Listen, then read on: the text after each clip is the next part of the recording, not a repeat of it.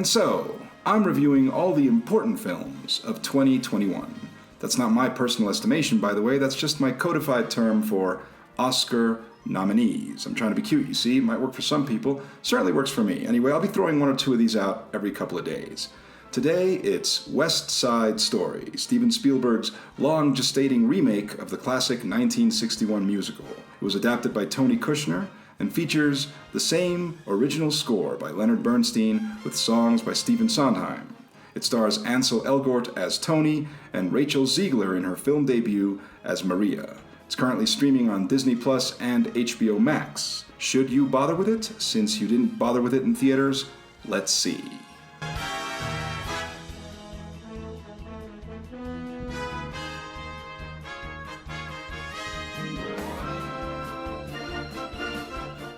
The initial reactions to a remake of West Side Story for most people over the ages of 32 are probably that it's pointless. That is, until you actually sit down and watch it. Fact is, all remakes are probably pointless if the people involved didn't come at the project from a genuine place, a place of realization that they had something vital to bring to the table.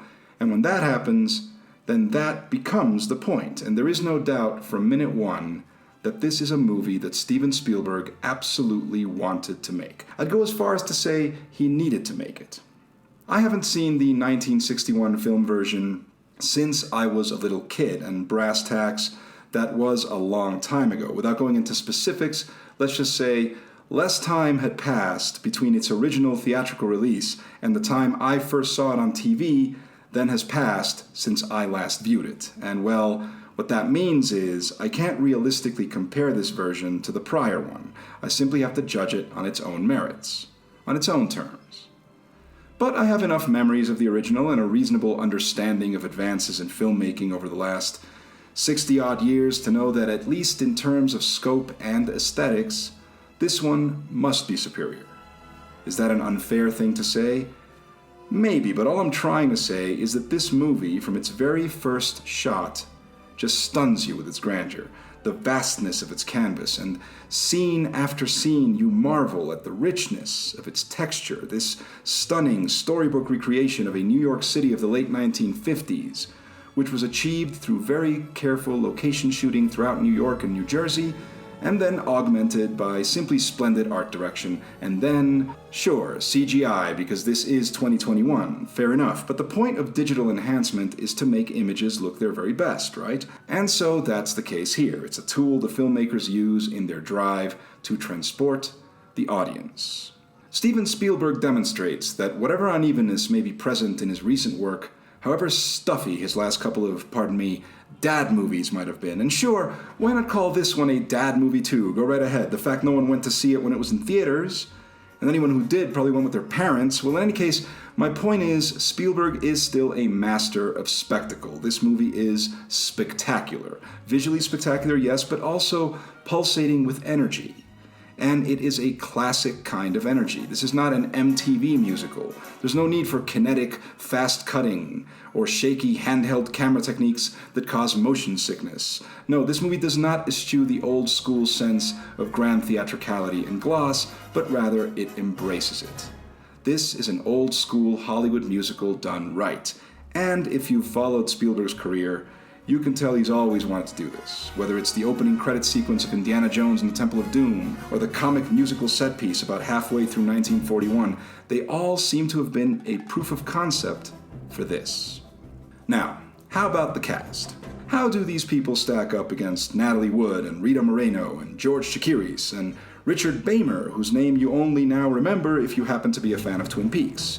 Well, simply put, they're great. A very good, charismatic group of actors, most of them newcomers, all do a very good job here. They sing and dance, and they give just the right level of theatricality to their performances. There is an understanding that this originated on a Broadway stage, and so, on some level, that has to come across, that sense of heightened reality. And then, casting actual Hispanic and Latino actors in those roles does give the film an authenticity that grounds it. And this is further grounded through Tony Kushner's screenplay, which maintains the hyper-real nuances of the original work while spicing it up with culturally resonant details. We are very clearly evoking a long-gone past through a modern lens, conscious of how that past has impacted the present, and the film reflects on this. Man, it's just a really good movie. All the classic songs are, of course, here, and they are wonderfully rendered. Some numbers, like Maria or Tonight, are reverent evocations of the 1961 original. Others, like America or Cool, are opened up and made into eye-popping ballets of color and sound and fury. Basically, they pulled this one off, is what I'm saying to you. It's really a shame no one went to see it, and it wasn't a big hit, and I suppose there are many reasons for that, which would require a whole other video to go into, but whatever. The point is, people really should have gone to see this, and I hope more people do.